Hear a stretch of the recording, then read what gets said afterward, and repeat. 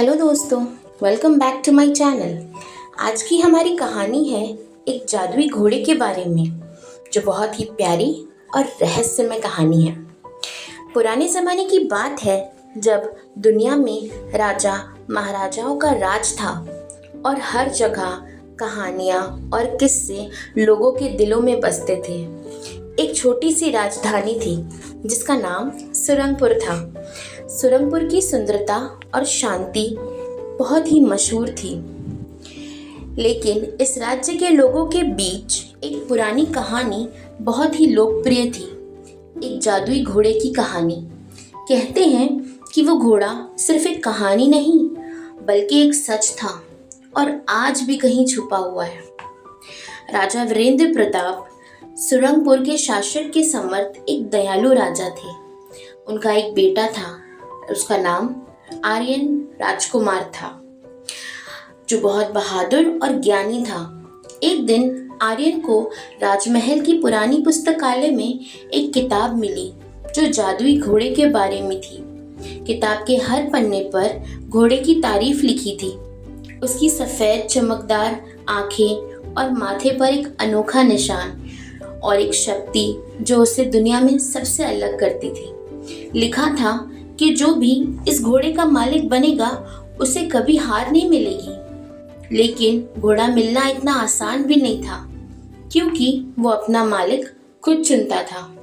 किताब के आखिरी पन्ने पर लिखा था, जादुई घोड़ा पाना चाहते हो?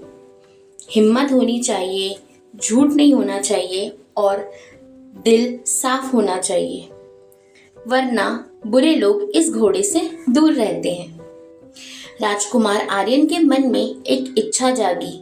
वो जादुई घोड़े को ढूंढना चाहते थे, उसका मालिक बनना चाहते थे, लेकिन उनका मकसद शक्ति पाना नहीं था। उनका सपना था कि वो घोड़े की मदद से राज्य के लोगों की भलाई करे। अपने पिता की इजाज़त लेकर आर्यन सैनिक, कवि और दो खास दोस्तों के साथ यात्रा पर निकल पड़े। उन्होंने सुना था कि घोड़ा सतरंगी पर्वत के पास दिखता है।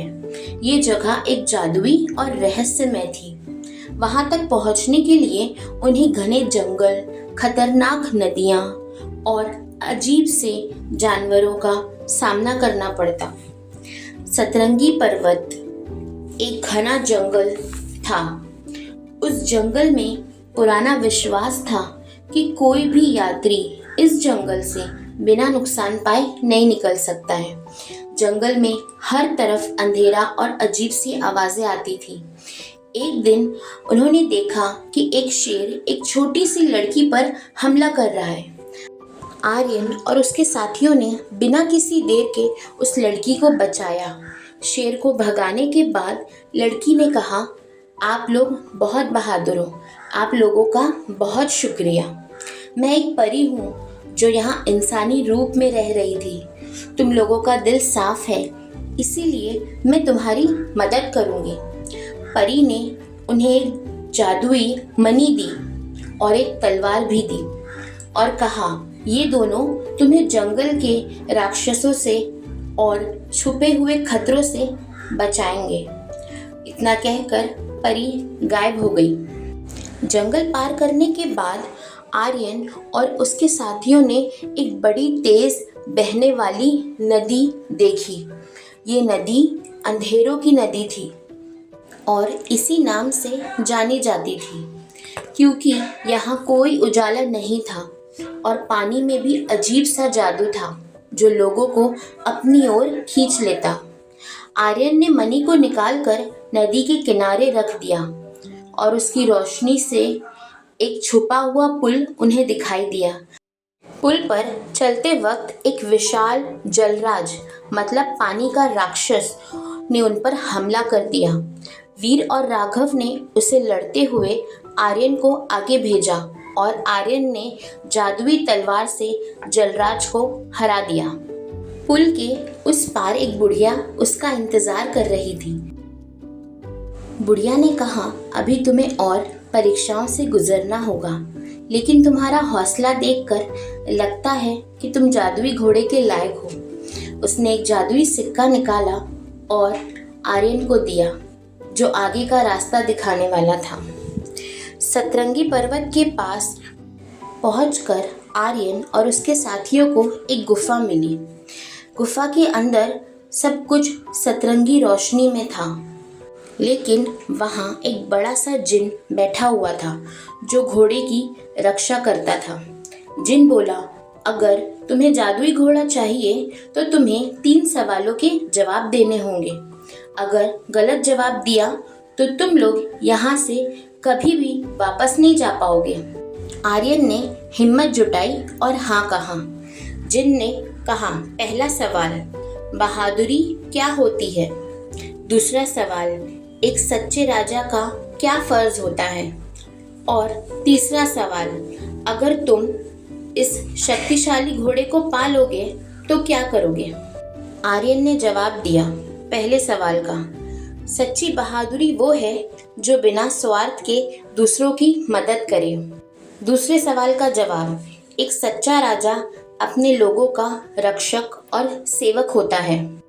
तीसरा जवाब, शक्ति का इस्तेमाल सिर्फ अच्छाई के लिए करूँगा, ना कि अपने स्वार्थ के लिए। जिन खुश हुआ और बोला, तुम सच में इस जादुई घोड़े के लायक हो।